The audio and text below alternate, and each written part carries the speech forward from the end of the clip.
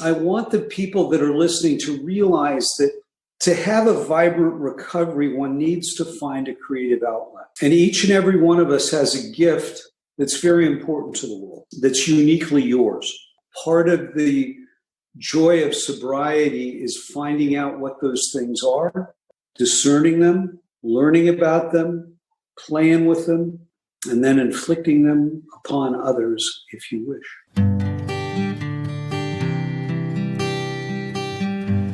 Well, hello, friends of Bill W. and other friends. You have landed on Sober Speak. My name is John M. I am an alcoholic, and we are glad you're all here, especially newcomers. Newcomers, that is, both to recovery as a whole and newcomers to this podcast. Sober Speak is a podcast about recovery centered around the 12 steps of Alcoholics Anonymous. My job here on Sober Speak is simple. My job is to provide a platform to the amazing stories of recovery all around us. Consider Sober Speak, if you will, your meeting between meetings. Please remember, we do not speak for AA or any 12-step community. We represent only ourselves. We are here to share our experience, strength, and hope with those who wish to come along for the ride. Take what you want and leave the rest at the curb for the trash man to pick up. Hello, my little chickadees. That was the voice of Mr. J.S. from Sedona, Arizona, that you heard at the beginning of this episode, and you are going to hear so much more from him in just a moment. I just noticed that Sedona and Arizona rhyme. I'm sure people from Sedona already know that, but nonetheless. But first things first, this episode, the one you're listening to right here, right now at this very moment, is brought to you by Rob and Damon and Allison and Patricia and Tanya and Jolene. You know what Rob and Damon and Allison and Patricia and Tanya and Jolene did? They went to our website, soberspeak.com. They clicked on the little yellow donate tab and they made a contribution. Thank you so much, Rob and Damon and Allison and Patricia and Tanya and Jolene.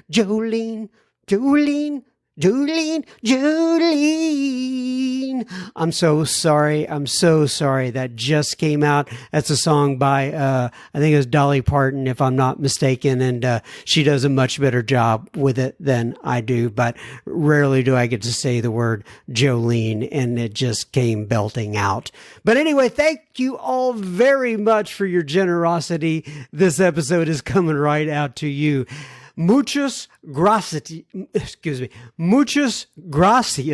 I can't even say the word right. My bilinguality coming right out at you. And as I have said before, God grants that talent of bilinguality to some people and not others. And please do not be jealous of my bilinguality. Nonetheless, for those of you who joined us last week at the David G's Sober Speak live event, I am so appreciative that you came out. We had such a good time. I know many of you said to me, it was so nice to put a name to a face. And for me, it was so nice to put a name to a face for me and just to get to meet so many of you from around the world. It was just absolutely a great time. Thank you so much. The secret Facebook group. If you are not in the secret Facebook group, and why would you not be in the secret Facebook group? That is really the question. But if you want to send your email, by the way, let me go ahead and reiterate again. I've said it in the past, but it is not secret because we are a secret society, so to speak, and it is exclusive, if you will. If you want to be in it, you can come on in. The only reason it is a secret Facebook group is to protect the anonymity of those folks who are in there. If you want to be part of that secret Facebook group, send me your email associated with not to, but with, associated with your Facebook account to John, John, as soberspeak.com. It's absolutely free. There's no charge. Just a bunch of like-minded friends of Bill W., Al-Anon, and other 12-step groups in there, just encouraging one another and helping each other through this thing called recovery. If you want to follow us on Instagram, it is at @SoberSpeak, all one word. And if you want to send me a voice memo, you can either click the voice memo on your phone and send it to John, John, at soberspeak.com, or you can go to our website, soberspeak.com, click on the Contact Us tab, and you will see on the right-hand side of the screen a little microphone, and it says send voicemail, and I would love to hear from you. In fact, we have a voicemail coming up on the end of this episode today during listener feedback. All right, everybody, now on to Mr. J.S. from Sedona, Arizona. As per the comment you heard at the beginning of this episode, Jay encourages everyone in recovery to find your seat on the bus. Before we get into Jay's story on the second half of this episode, we discussed the writing of the Big Book, Jay's affinity for history, not only AA history, but history in general. We discussed Jay's involvement with Kitchen Table AA and the roots of that movement, and Jay's commitment to be a Bodhisattva. Yes, and I had some questions about that. And if you don't know what a Bodhisattva is, just continue to listen on to the episode. On the back end of this episode, we address more traditional subjects, such as Jay's reliance upon his Ford Pinto before coming into AA, what the telltale signs of alcoholism are, and Jay's encounter with Butcher Joe in the rooms of Alcoholics Anonymous. All right, everybody, enjoy Mr. JS, and we will be back at the end of this episode with plenty of listener feedback. So buckle up and enjoy the ride, and we'll see you on the back end of this thing. Okay, everybody, so today we are fortunate enough to be sitting here with Mr. JS from the Sedona, Arizona area. So, Jay, first of all, why don't you go ahead, introduce yourself, and give your sobriety date if you wish, please. Yeah, my name's Jay. I'm a very, very grateful member of Alcoholics Anonymous and also a joyous member of the Al-Anon family groups. I came to you on the second day of May in 1979. So today, when we're recording, actually is serendipitous, because it's actually my 31st anniversary of coming to the fellowship, and I've been consecutively sober since then. So it's How about that? Congrats. Did you say you're 41st? Yeah. Fantastic, Mr. JS. That is, I'm so glad we get to do this today. I didn't even know. So yeah, and then after I'm done with you, I'm going up to Hamilton, Ontario by Zoom and speaking about spiritualism and mysticism in AA. So really? Yeah, so it'll be a lot. Well, maybe we get quite an active day for me. Yes, I bet. And my home group, the Sedona Reflections, and got to lead the meeting because it was my birthday and stuff. So it's good fun today. Good for you. Well, spiritualism and mysticism, maybe we can hit some of that on this podcast as well. It'd be kind of interesting. Okay, so a lot of our listeners, the ones that are listening to this podcast right now, they know Mr. Bill C. very well because we've had him on this podcast numerous times. And in fact, we have I have a live meeting coming up with him this coming Friday. I don't know exactly when I will release this this episode, but we have something coming up with Bill C. Just so your listeners know, I know far more about Bill C. than is safe to know. I've been his sponsor for the whole 35 years that he's been in the fellowship, and he is without a doubt one of the great resources. I was looking for a way to try and describe our association once, and I found it in the doctor's opinion. In it, Silkworth talks about the forces of good that lie beyond our synthetic knowledge, and I believe that Mr. C and my association is a force for good that lies way beyond synthetic knowledge. Very nice. So I think you and he and Matthew, if I'm not mistaken, because started up something called the Kitchen Table AA. Yeah. What we were trying to do is that today, John, I'm gonna be speaking about a lot of different things. I'm going to be giving my opinions very forcefully. They'll sound as if they're facts. They're very good opinions, and they should be yours. But but anyway, I believe that it is impossible to know the gift of the 12 steps until you've taken another person through them. Mm. And without that, you don't have an idea of the transformation that has happened to you personally.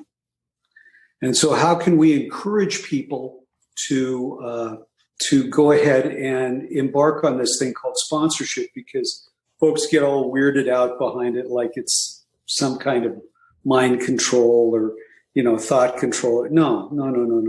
If I do my job in Alcoholics Anonymous and sponsoring people well, then what happens is that the people that I sponsor are better AA members than I was at that time. Because hopefully what I'm able to do is share my mistakes and experiences candidly enough that they may not have to suffer as long or in the same way that I did at different points in their sobriety. So Alcoholics Anonymous is non-hierarchical.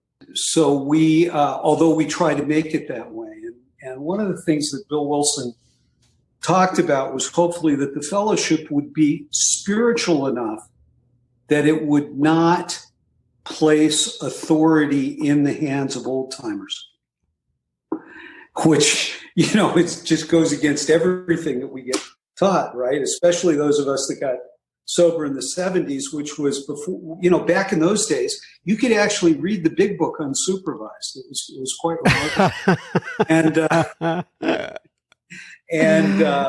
But so what happens is that we have this desire to place authority on others. And so we do that in AA with people that have a long time, or those of us who, can put syllables together consecutively. They go, "Oh, make him talk," and so we do. And all right. That stuff, And so what happens is that Alcoholics Anonymous is set up in a way that if I do my job well as a sponsor, that my sponsee should be better than I. My grandson sponsee should be better than I. This person that he sponsors should be better than me. Because they've gotten some honest information, hopefully sooner than I did. Mm-hmm. And so that's kind of what we really are trying to do here is we're trying to make it so that the newest person gets the most and best information that we can possibly give them. So I was on a conference via Zoom. I think it was last week, possibly the week before, with you and Matthew, who Bill sponsors, right, and yourself. And it was called, what was the name of it again? Do you remember? Well, it was Kitchen Table AA. Was the name of the conference. It was put on by 4 groups down in New Orleans who I know way too well. Just wonderful. Great places to drink are great places to be sober. That's right. So the fellowship in New Orleans is just great, and it's a lot of fun. So they had the carrier pigeons, the neck breakers, the Big Easy group, and there was one of those 4 home groups that, we're talking about sponsorship, and then Bill and Matthew and I did a piece on spiritual condition. What is it? How do you develop it? How do you maintain it? It was a lot of fun. And Bill and Matthew and I have done that all over the planet, some very interesting places in front of some very, very odd characters. So I definitely get the idea of kitchen table AA, right? One person at a table sitting down from another, one-on-one, taking somebody through the steps, talking about, AA and recovery and the program and those sorts of things. So I get that. Right. But what is the, do you know, by the way, and as a side note, a lot of my listeners have, because I've given Bill's email out on the podcast many times over, and they have contacted Bill and they're on his email list that comes out every day. So, but what is the genesis of it? Where did it start? Were y'all talking about it one day as a group? Where did it come from? What you mean the daily mailing? Well, actually just kitchen table AA in general. But Bill was telling me that there was somebody over in, I think, the Netherlands that he kind of took over for on that daily on the email. Yes, our friend, a guy that I sponsored, Edward. Yes. And but the kitchen table AA we were invited to go. I think it was to Iceland. Bill and Matthew and I and when our wives found out that we'd been invited to Iceland, they made sure that they were going too, because they heard about the beauties of Iceland, all the different people of Iceland. Yeah, I bet.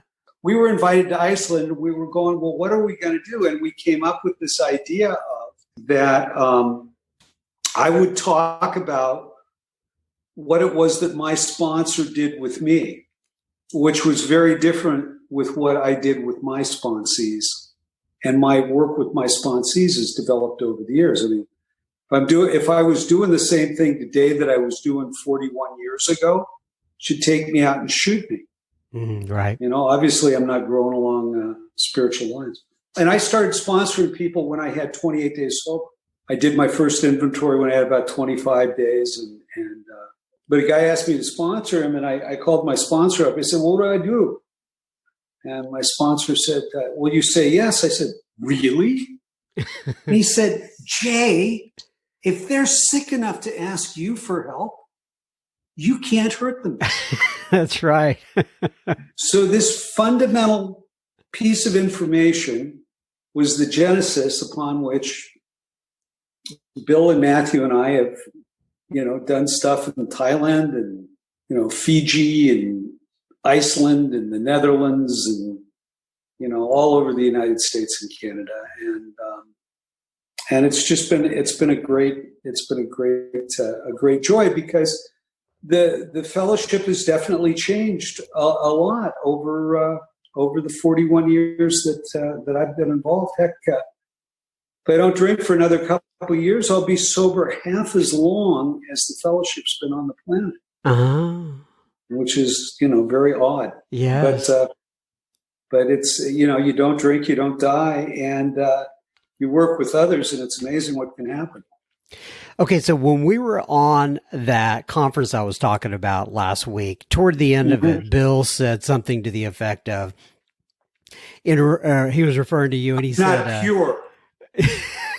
Well, no, I remember him saying that he's not pure because he smokes tobacco. But the thing that I remember him saying about you, though, in particular, is he said, "Jay is one of the hokiest guys that I've ever been around in my life." What do you think he meant by that? Cleveland's so flippin' cool. He was almost dead when I met him. So his vocabulary is sometimes a little stilted. But what he means is that I'm an enthusiastic member of Alcoholics Anonymous. I'm a dedicated Bodhisattva. The purpose of my life is to help people get on the spiritual path. Okay, Bodhisattva. Let's stop there, because really the only familiarity that I have, I've heard of it before. I know there was a Steely Dan song back in the day. Oh, good. right? Good. Very good. Your parents inflicted that one on you? Is that It was a great song. And so, what is a bodhisattva? well, I know what I believe it is, but let's give you what Wikipedia, which is an odd thing in itself, says about it. And those of you who can't see right now, he's looking it up on his cell phone on Wikipedia. Yeah. Okay, so a bodhisattva is a person able to reach nirvana but delays doing so out of compassion in order to save suffering beings. So is that what you agree with? Oh, yeah. Yeah, that's good. That's as good as any. If you want to, there's a wonderful poem by Sam Shoemaker called I Stand by the Door. Mm-hmm. And it's the idea is that my purpose is to put the hand of a suffering person on the lock that only opens to their own touch, the lock that allows them to find God, find nirvana, find peace, find sobriety, whatever adjective you want to use. But that my job is that I need to be where I can be found in the fellowship. I need to be on the firing line. I need to be, yesterday for my 41st anniversary in Alcoholics Anonymous, I had a 15-year-old man ask me to sponsor him. Mm. How odd is that? But anyway, so back to the hokiness. I've been transformed. I've been transformed through working the steps of the program.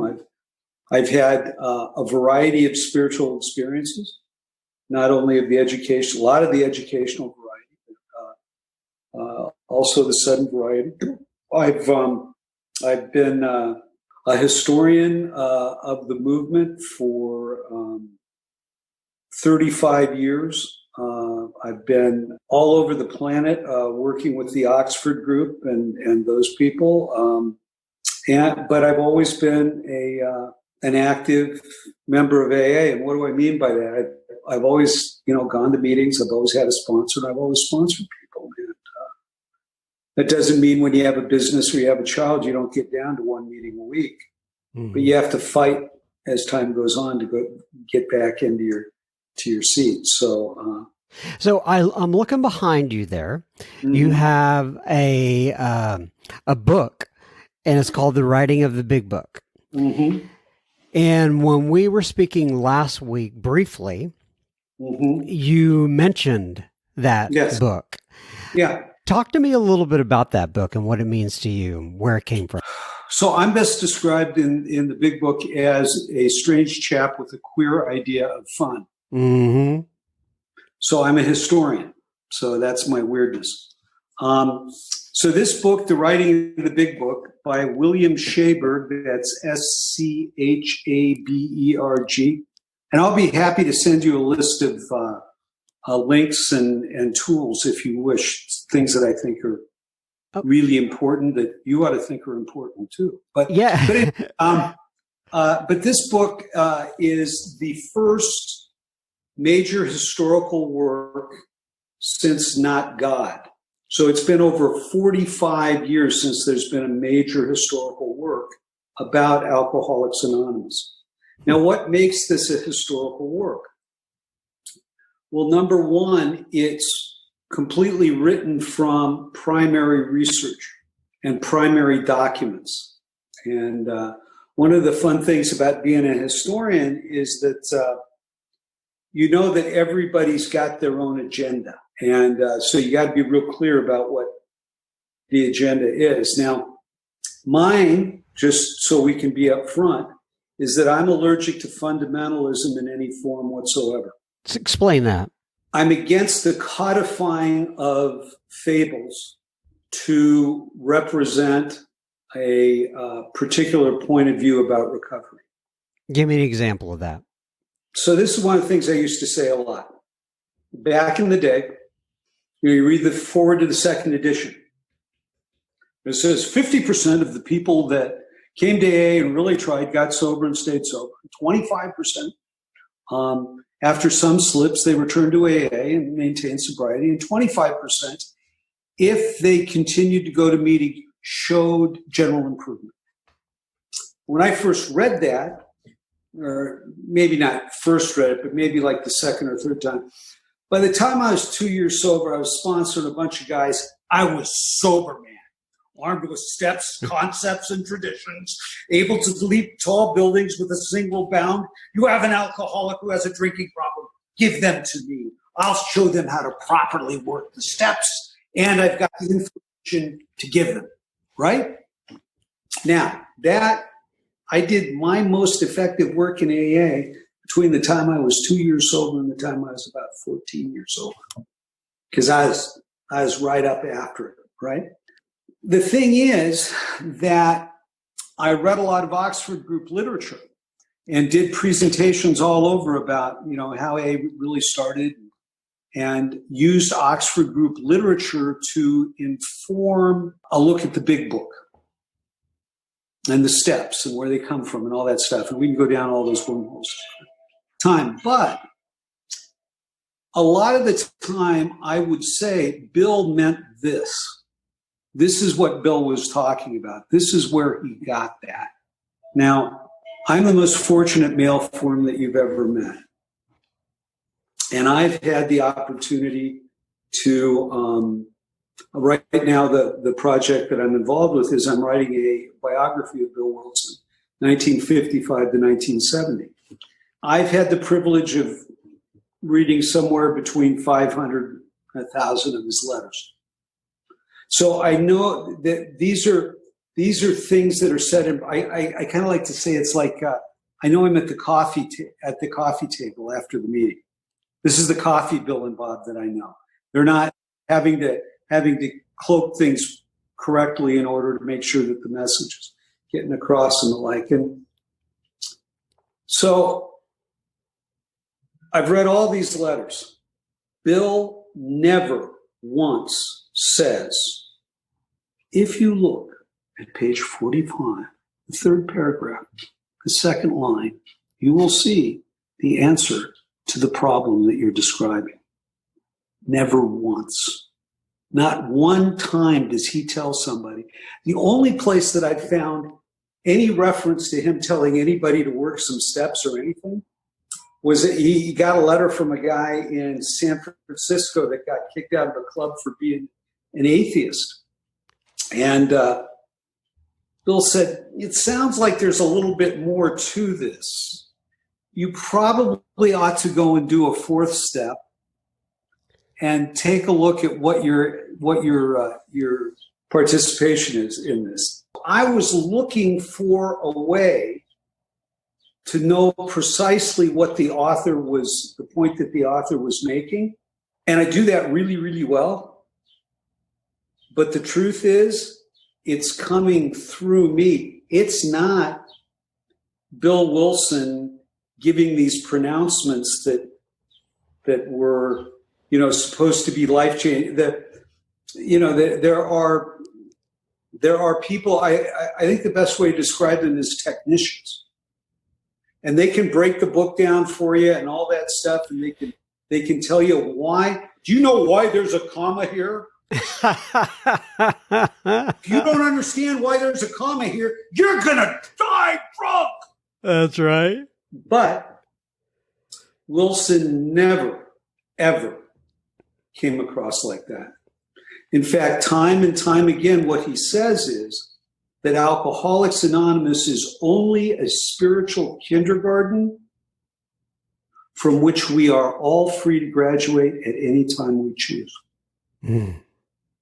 I mean, it's stunning to me to go through some of the correspondence that he has with original people from Akron and New York, and they haven't been to meetings in 20 years because they've been to spiritual kindergarten and now they're off doing other things. He never once says, hey, why are you going to meetings, sponsoring people, doing this, doing that? No, he just says, he keeps saying, I'm stuck in AA. I wish I could graduate I could leave like you have.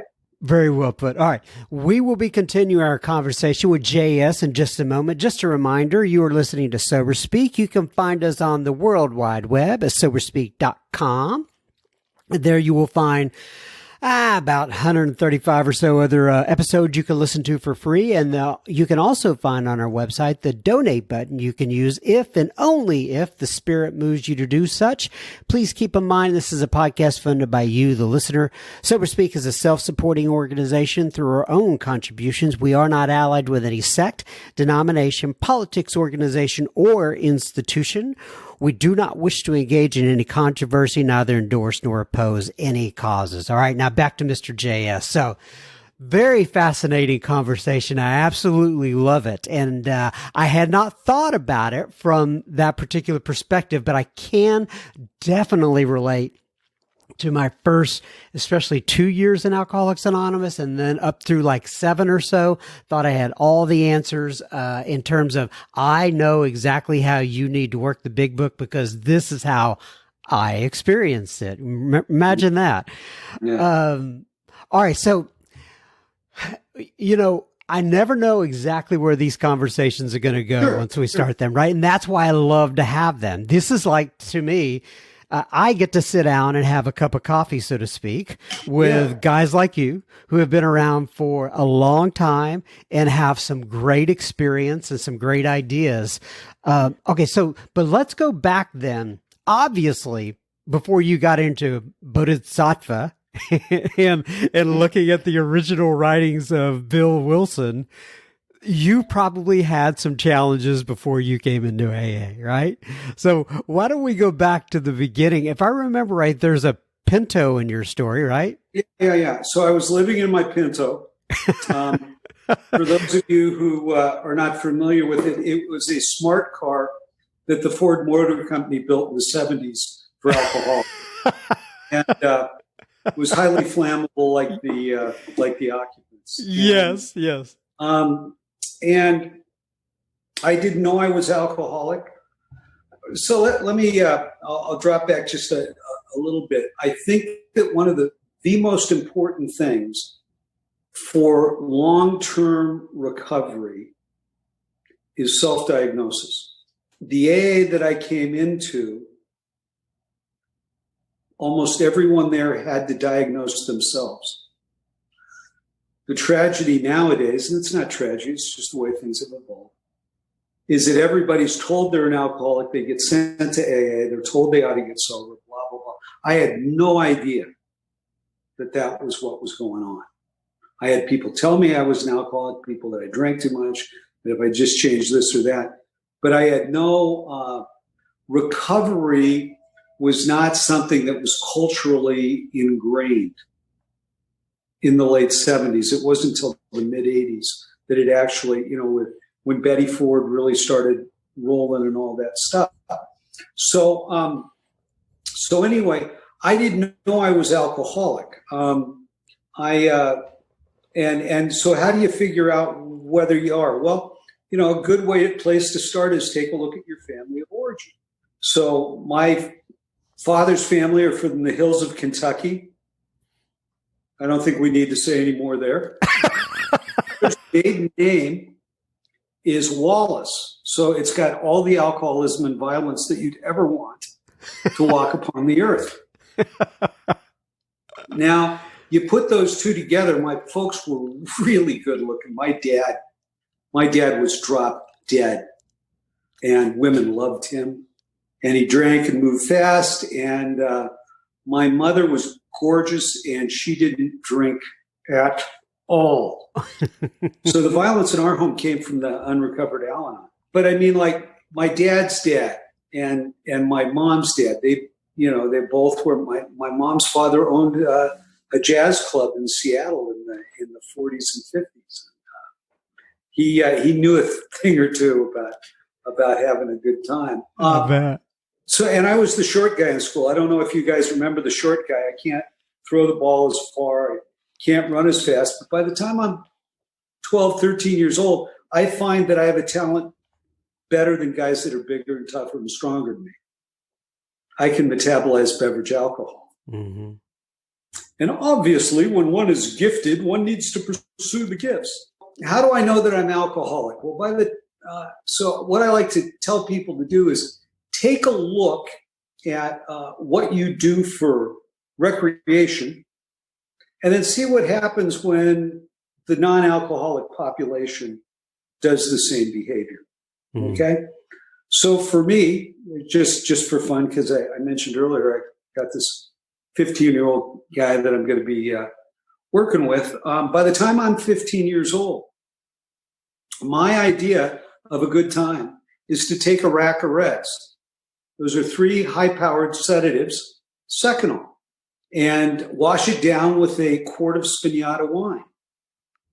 Now, in 90% of the population, when you do that kind of interaction, what happens is the brain starts to shut down. The body forgets how to breathe. If you throw up, you aspirate, you die. They call it Hollywood death. With me, I'm looking for car keys and to make short-term romantic commitments. Which brings me to another aspect of this alcoholism, which is called blackouts. What a blackout is when the short-term memory is unable to link to the long-term memory.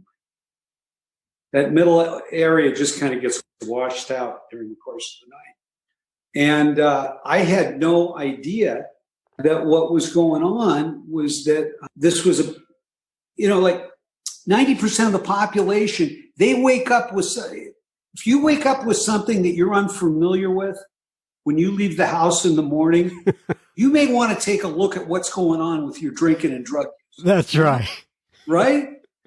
I mean, you want to talk about, traumatic events? Waking up with something in the morning that you don't know what to call it? Like most people, 90% of the population, they do that. That's it.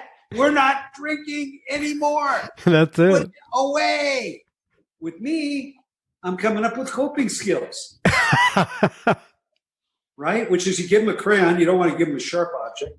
And a piece of paper. And you say, would you please write your phone number down? This is before cell phones. Hoping that they put their name down so you'd know what to call them. Mm-hmm. Okay? Now, I did that time and time and time and time again. And I just thought it was part of the price to pay. So this is what alcoholism looks like to me. I don't know if this has ever happened to you. You come home and they've changed the locks. What? The nerve. So you pound on the door, right? And finally they open it and they're crying. And they go, where the hell are you? Oh, and they got the alcoholic luggage waiting for you. 2 hefty bags with all your belongings in it, and it's on the porch. Mm-hmm. And, where you been? Well, I've been busy. Doing what? And see, I don't understand that what I am is alcoholic, which means that I cannot use alcohol in any form whatsoever. That the first drink sets off a craving in me that doesn't happen in most people. The Chinese say that the man takes a drink, then the drink takes a drink, and then the drink takes the man. And so that's kind of what would happen, and I had no idea. So she's crying. She goes, look, you knew my mother was coming over for dinner last night. Where the hell were you? Well, now, Tuesday, I got off work, 2:00 in the morning. I tend bar for a living because I like to be close to the supply. We clean up, we have a few pops, we get out of there, we go up to the Comet Tavern. It was the local after hours place. We drink some port wine, do a couple other, some of that Peruvian marching powder. And then at 6:00 in the morning, we can finally go out and get a real drink, right? So we go down to Larry's Green Front, we have a few pops and push some food around on a plate. And then we go out and get some more of that Peruvian marching powder, and we drink all through the day and all through the night. And I'm home now because it's the only place that's open. I have no consciousness that I'm supposed to be someplace else that I am. It's not that I forgot it. I just couldn't get around to it. And so this is what my life. So what happens is I end up violating the trust of anybody that ever puts any in me. Be my employer, my friend, my lover, whatever.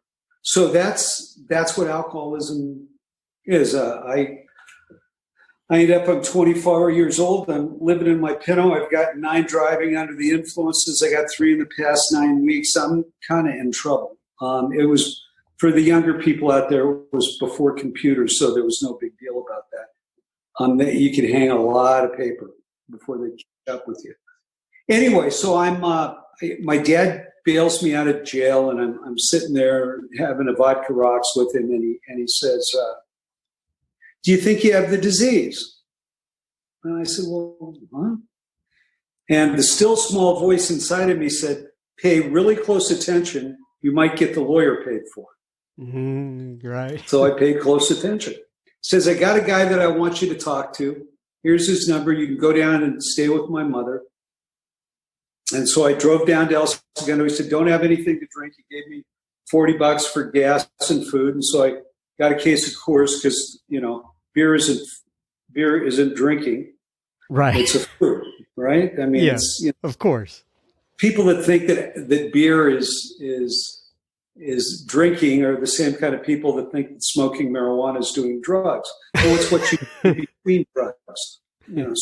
So anyway, I go to my grandmother's. I call this guy up the next day. He says, meet me at the Howard Johnson's in Culver City tomorrow at 7:30 in the morning. Don't have anything to drink. Don't smoke any of that crap either.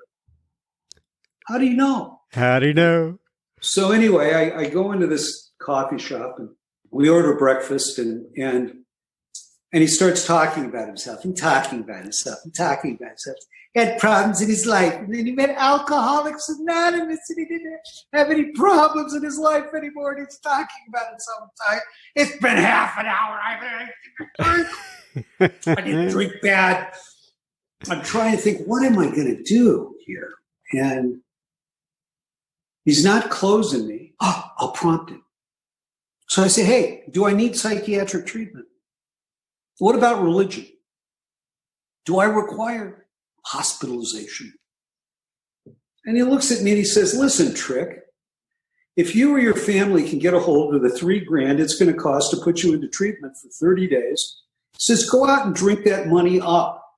And when you're done, call Alcoholics Anonymous. They do it for fun and for free. And he got up and he looked at me and he said, if you want AA, you're going to have to go after it like you went after your drugs and alcohol. He said, it's in the white pages of the phone book. Good luck, kid. And he left. Mm. He didn't take me by the hand and walk me into the rooms and go, oh, here's the new man. I said, punk, if you want it, go get it. And this was the AA that I came into. People were not, they were more interested in saving my life than they were about my feelings. And so they spoke very direct. They were mean to me. So I like to say that I came into AA before newcomers had a union. So this guy leaves. I go back to my grandmother's house. I pour myself a big drink. I knock it back, light a cigarette, and I called Alcoholics Anonymous. May 2nd, 1979. I end up at a noon meeting. So, the noon meeting's just about over. So it really is 41 years because that was my last drink. And I roll into this Alano club, and the woman behind the coffee bar looks at me and she goes, you upstairs. And so I go toddling up these 12 steps into the meeting hall, and everybody starts talking at me. And I can't understand, why are they talking at me? Well, my fingernails are long, my teeth are kind of brown. You can tell that I spent a lot of money getting my hair cut 6-9 months ago. And when I have long hair, I look like the Sphinx. I'm shaking like a dog passing a peach seed. And when I light a cigarette, it looks like a napalm strike's been called in. And I'm wondering why they know I'm new. And this guy, he was the third guy who talked, and he looked right through me. His name was Butcher Joe. Butcher Joe. Always called Butcher Joe. He's missing a digit. And he talked about how the family cried when the family left, he cried the big crocodile tears. And inside he's going, yeah, baby, they're gone, and now we can drink, and nobody's going to get in our way. Mm-hmm. And I understood that. And he talked about knowing just how deeply to cut himself at work, that he'd need to go to the hospital, and on the way he could get the drink that he needed. Mm. And I understood that. Mm-hmm. I'd done that kind of behavior. So, and he said to me, he said, you don't ever have to feel the way that you feel about yourself ever again if you're willing to do the things that I've done. And I bought the package right there. I was sitting there and I just went, if I could not hate myself every moment, wow. And I looked at the steps on the wall and I wanted to throw up. And then I looked at the traditions and I went, oh, this is anarcho-syndicalism. I can stay here. Now, something miraculous happened at that meeting. There were 4 guys that were going down to the beach to play cards and watch girls go by on roller skates. So I was introduced to spirituality and Alcoholics Anonymous my first day. These guys took me down. They took the new man along as entertainment. And they just worked me over. You know, this is AA, kid. We don't use no dope here. I was horrified. I mean, how lame is that? I mean, you'd think they should at least put some kind of disclaimer in the name, right?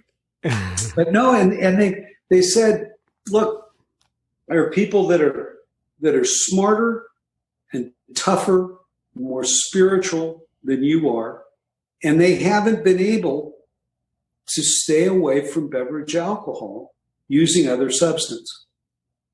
So if I'm smoking marijuana, sooner or later I'm going to have to cut the cotton mouth, and Pepsi ain't going to get it.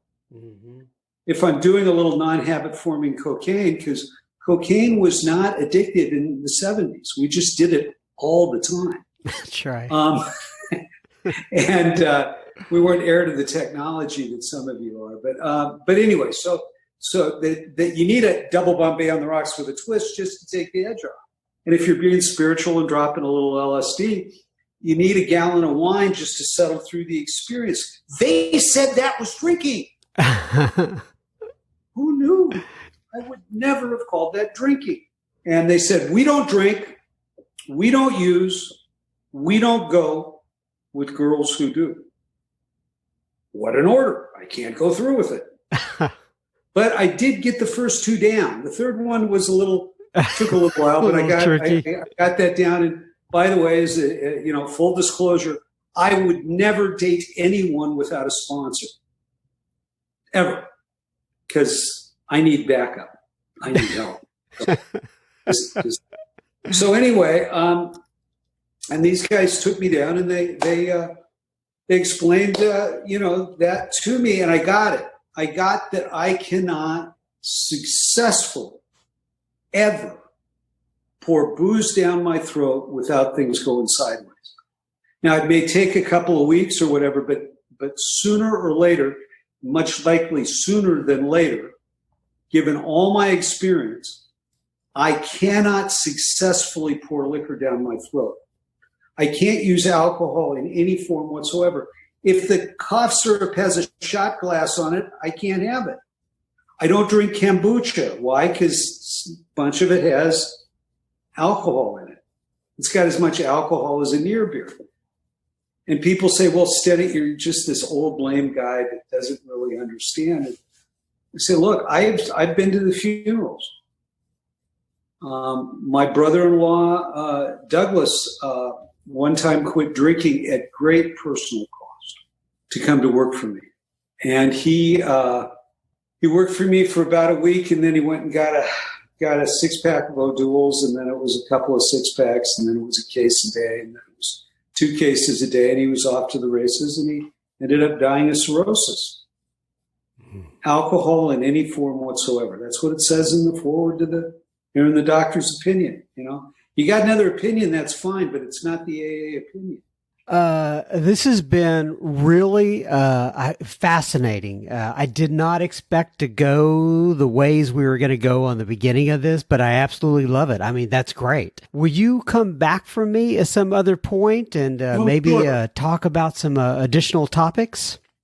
I want the people that are listening to realize that to have a vibrant recovery, one needs to find a creative outlet. And each and every one of us has a gift that's very important to the world, that's uniquely yours. So part of the joy of sobriety is finding out what those things are, discerning them, learning about them, playing with them, and then inflicting them upon others if you wish. That's great. I love it, Jay. I love it. So we'll get back together and kind of more do a deep dive into some of the history of Alcoholics Anonymous and the Oxford groups, and because I forgot the spiritualism and mysticism. Oh, and that's right. We didn't even get there. And I can even go down the all the different psychopharmacological stuff: the niacin, the leucoadrenochrome, the LSD, the mescaline, all that stuff. So I can talk about those things also.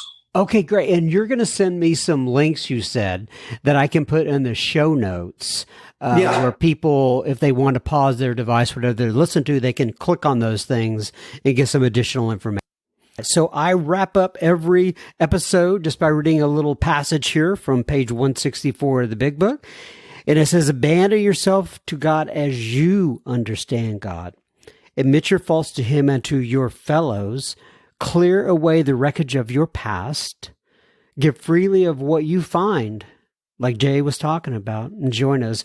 We shall be with you in the fellowship of the Spirit, and you will surely meet some of us, like me and Mr. J, as you trudge the road of happy destiny.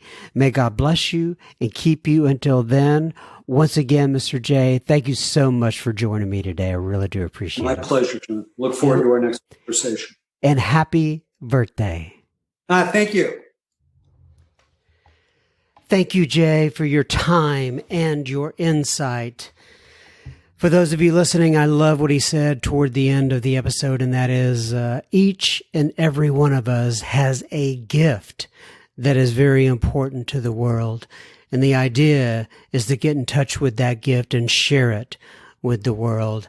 I will keep that in mind and try to cultivate my gift, and I hope you will do the same. If you enjoyed that episode and you think that somebody else will benefit from hearing that, if you please would, take a moment to pause and share that particular episode on your device, and it may be just what somebody else needs to hear today. And if you need to get in touch with Jay or any of the other speakers, send me an email to John, John, at soberspeak.com, and I will be more than happy to pass that message on and to get you in touch with whoever you need to get in touch with. All right, now on to a little bit of listener de la feedback. Coming in, number one here, we actually have a voicemail. By the way, if you were wondering to yourself, you're saying, self, how do I actually leave a voicemail for John M. and the Sober Speak podcast? Well, you go to our website. It's www.soberspeak.com. You click on the Contact Us tab, and you'll see a little microphone in the upper right-hand corner of the page that says, leave us a voicemail. And you go right there, and you can send your message in. All right, this voicemail comes from Mr. John B. of Philly. Here he goes. Hey, John. It's John from Philly. I just want to say thank you. I'm very blessed I got to meet you after the meeting and talk to you and show some gratitude for you and what you're doing. Sober Speak has helped me out tremendously over this past year. Just keep doing what you're doing, and I love you guys. Thank you. Thank you, Mr. John B., and love back out to you, my friend. It was so nice to meet you. I won't say in person, virtually in person, after the David G. live event the other night. And thank you so much for all your kind words, and thank you for listening. I'm so glad that we can be a part of your journey. Barry writes in from London town. London calling. I added that part. He didn't say anything about London calling. That's just me. Anyway, he says, "Hey, John," with 5 exclamation points. Boy, he's really amping it up, isn't he? He says, "London Barry here. Greetings from Lockdown," all in capital letters and a bunch of extra O's and a bunch of exclamation points. He says, 10 months sober and marching on one day at a time. Oh, God bless you, Barry. I'm so glad to hear that. He said, "It's Friday night here in London, and that makes one thing for sure. It's sober speak time," in all capital letters. And then he says, "Yee-haw," in about 12 E's and 12 A's and about 5 exclamation points. Mr. Barry is happy tonight. He says, "Hope you are well, John. Best wishes." Thank you from Mr. Thank you, Mr. Barry, for writing in. I'm glad all is going well over there in London. Kelly writes in, and Kelly says, "Hi, John. This is Kelly from Virginia. I'm an Al-Anon member, and I've been listening to your podcast for a long time, and I enjoy them all. When I see the icon pop up that a new show has been released, I'm always excited to hear a new one. Another podcast mentioned your show once, and I'm sorry I don't remember which one it was, but you are now a staple of my recovery program." We went back and forth, and I think we figured out that it was the recovery show with my friend Spencer. Nonetheless, she says, "I speak Spanish, so I really think it's cute." Hey, listen, right on time. "I really think it's cute and funny when you say listener de la feedback." And all the other words you incorporate. It adds a great personal flavor to the show, and I think it is very memorable and funny. I also enjoy the Australian accents you try. What are you saying? That mine aren't spot on? Is that what you're trying to say there, Miss Kelly? Anyway, she says, your humor is just delightful." Well, I'm glad you think so. Some people don't. But nonetheless, as you say, well, hello, lords and ladies. I think that's a great trademark for you, and you are so authentic. Brenda J. was one of the episodes I remember strongly. She has a powerful speaking style that is very compelling. Honestly, all of the speakers are great. Now that I don't have to commute due to COVID, I listen to the podcast while doing chores like washing dishes or folding laundry. Yes, that can make time fly by. Thank you for your service. Best wishes, Kelly. P.S. Don't ever apologize for laughing. Oh, thank you. I know you got that mean person saying you laugh too much, but that makes you so genuine, and yourself. I think you said it at the beginning of the Reno John episode. That man is a hater. Laugh out loud. Keep being yourself. Muchas gracias. Well, de nada. Back to you, Miss Kelly. I sure do appreciate it, and thank you. Yeah, you can't please all the people all the time, but thank you so much for your kind words. Damon writes in from across the pond, and he says, "Johnny boy, greetings from England, sober brother. How's it going, fella? I hope you and the crew are safe and well." Big smiley face. Great to hear from you, and thank you for the info on the Sober Speak Live. I'm looking forward to joining the Sober Speak brothers and sisters on Saturday morning from Sussex, UK, to be a part of in these crazy, dark times. Just one question, though, geezer. Who's bringing the cookies?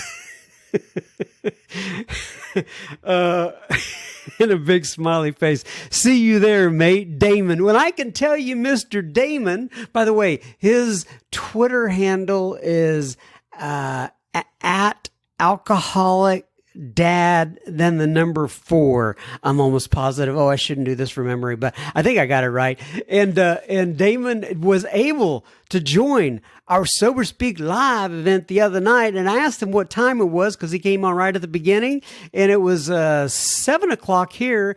And he said it was 1 o'clock a.m. Thank you so much for staying up, Mr. Damon, and enjoying, and joining in on the session for Sober Speak Live. I appreciate it. I'm going to try to have another one here in the future that is more suitable, if you will, to the folks in England and Europe all together. In other words, I'll try to have it midday here in the United States so more people can join.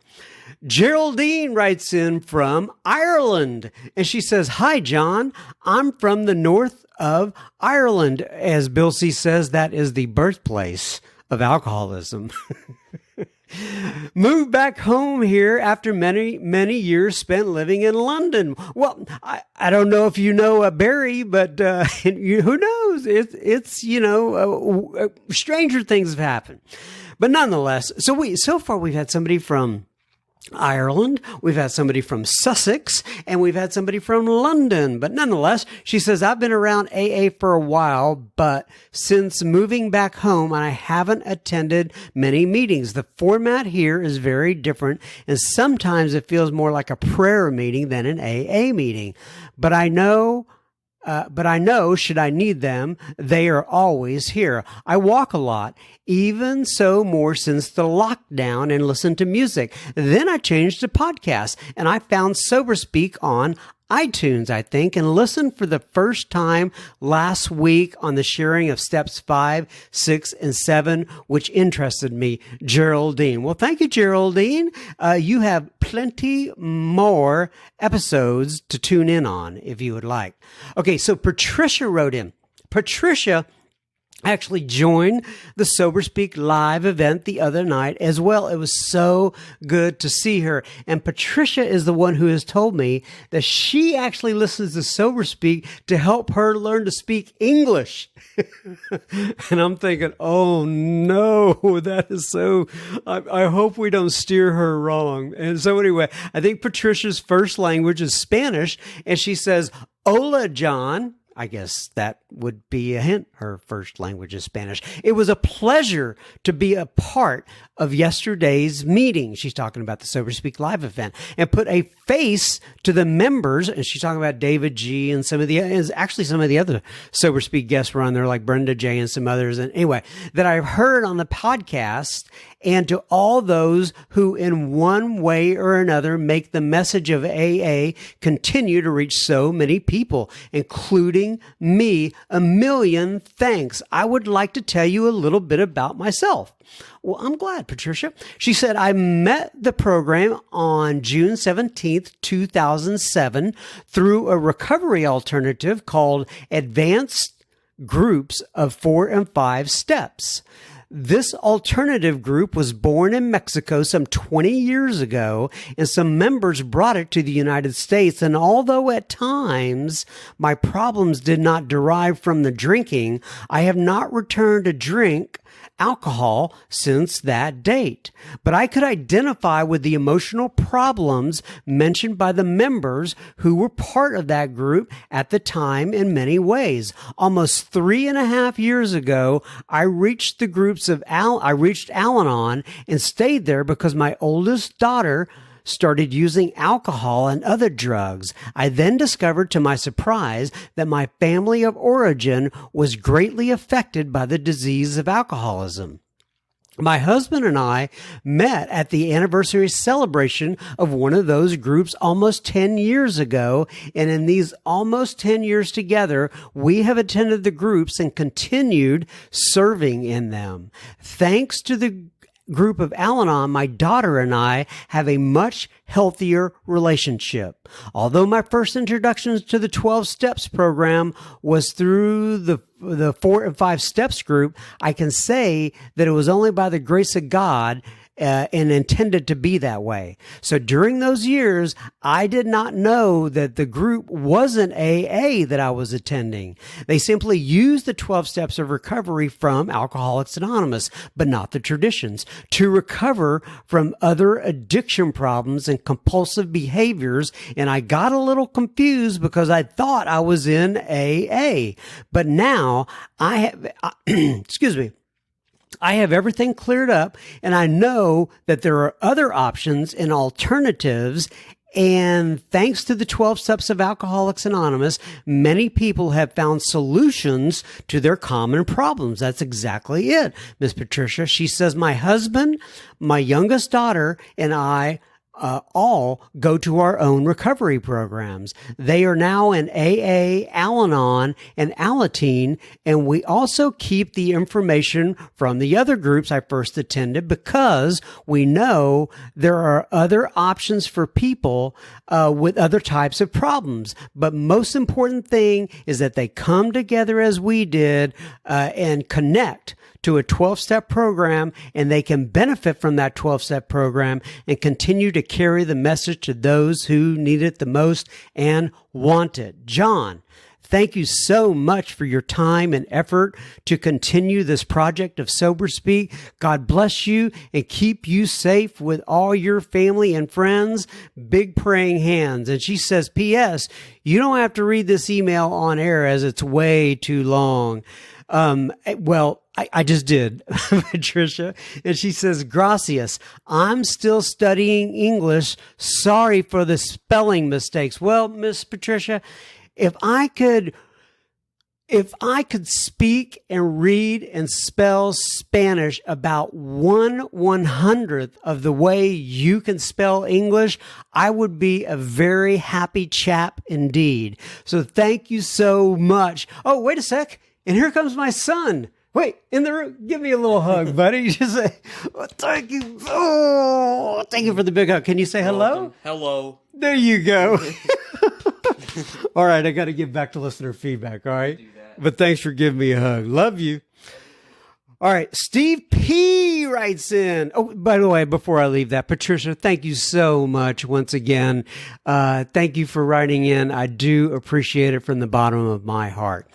Steve P. writes in and he says, hello, John M. I am Steve P. Love your podcast. I stumbled upon your podcast and started with some of them dealing with specific steps. But after a few random listens, I decided to start from episode 1. Woo! You got a lot of listening to do there, Mr. Steve P. A few speakers resonated with me. Shannon, number 33 episode was great. And I just happen to know her very well. And he says, it seems I can get something out of each one of them. This is such a great service you provide. Oh, you guys, man, this is what keeps me going. I mean, it really does, to know that there are people out there that can listen to this and gain insight into their own soul, and we can share experience, strength, and hope, and you can grow from that and enhance your own spiritual path. It just means the world to me. Anyway, back to the letter here. Well, not letter, you know what I mean, email. No one, well, some people write letters, but you get it. This is such a great service you provide, and I love your laughter at times throughout each one. Well, thank you. He says, I live in O'Fallon, Illinois, and my home group is the O'Fallon Trailer Group. Well, if somebody's listening out there and you were part of that O'Fallon trailer group, just tell Mr. Steve P. I said hello, and you heard it. Anyway, he says, funny how you sometimes mention the trailer down there in Frisco. Yes, we have a trailer as well. I bet your trailer is nicer than ours. You wouldn't believe ours, but you know, it is where I find the God of my understanding. So strange how that works, isn't it? He says, I am an Air Force veteran in and out of sobriety for the past few months. Well, first of all, thank you for your service. And, I am sorry you've been in and out, but let's get it going, right? Finally getting it right, though. Yay! Through AA and the 12 steps. My sobriety date is March 28th, 2020, day 69 today. I'll leave that number 69 alone. But anyway, keep up the great work. I love it. Steve P. Thanks for writing in, Steve P. You are a hero. Thank you. And keep coming back. It works if you work it. Jennifer G writes in and she says, "Hi, John. I love listening to Sober Speak every morning.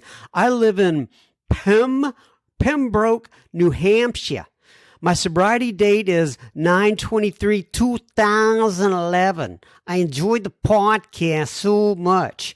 I'm so sorry. Gary K is my favorite, and I would like to be part of your Facebook group. And as you know, Miss Jennifer G, we got you in there. I can't remember if I mentioned this in the beginning. If you want to be a part of the Sober Speak group, please send me your email that is associated to your Facebook account to John Chowichin at soberspeak.com, and we will gladly get you in there. Rob writes in, and Rob says, "I am coming to you from Colorado, and I work in downtown Denver." Been there many times, Mr. Rob. "I often frequent a meeting during my lunch breans. That is where I learned about Sober Speak. The group is called Happy Trudgers, and a member posted on their Facebook page with a link to Sober Speak. With quarantine just starting, it has been, in big capital letters, wonderful. It has been a wonderful resource to help fill in some of those meeting gaps I have experienced navigating living in these unique times." I understand, Mr. Rob. "I have shared Sober Speak with a few other guys that I sponsor and other folks in the program, and everyone has had such a positive review. I have so far just listened to the recordings, but I'm hoping to hit the live session tomorrow evening." So this must have been last Thursday, right before we did the Friday session that he sent this to me. But nonetheless, I listened to the Bill C recording the day after it aired on May 9th, and I loved his message. The change he described as a result of doing the work really struck me. He said something to the effect of, "Things will be different now," unquote, almost like embarking on the party of a mystic. Ooh, love that. "I have not found a way to articulate my own experience and found that his words were as close as I could get to my own experience. Thank you for sharing this podcast with the world. It's helping lots of folks out here in Colorado, and I'm sure in other places as well. Whereabouts are you from, John M? In solidarity, Rob T." Well, I, Mr. Rob, am from the great country of Texas. Oh, we just like to do that to make people mad. Rob T, thank you very much for writing in. Allison writes in and she says, "John, what an honor and a privilege to be fully present for last night's experience." She's talking about the live event with Mr. David G. "Thank you for being a trusted servant and for using your talents to help keep me sober another day. Allison S." Well, thank you, Allison. Thanks for writing in. Thanks for coming to the live event. And that is just such a I love how you phrase that. Thanks for what an honor and a privilege to be fully present for last night's experience. Fully present. Love it. CC writes in, CC Ryder. He says, and he's on the Instagram, and he says, "Thank you for an amazing platform. My first episode was one with Brenda J, and she is awesome." You picked a great one to start with there, Mr. CC. And he says, "Does she have an Instagram account to follow her?" And I checked in with her, and unfortunately, she does not. But thanks for writing in, Mr. CC. Rebecca also writes in on the Instagram, and she says, "John, I love your podcast. I've been listening almost every day. 6 years will be sober in October. turning 30 at the end of June, started AA in 2010. I had 3 years, went out for a year, and now I'm back for almost 6. Thank you for your service. Thank you. I'm glad you explained that because I was doing the math in my head as I was talking about that, and I said, oh, something not adding up here. Something not right. All right, everybody. That is another week in the books for Sober Speak. I take it 1 week at a time. I'm going to try to make it back next week. God bless you. Love y'all. Keep coming back. What do they say? It works if you work it all together. Thank you very much. Bye-bye.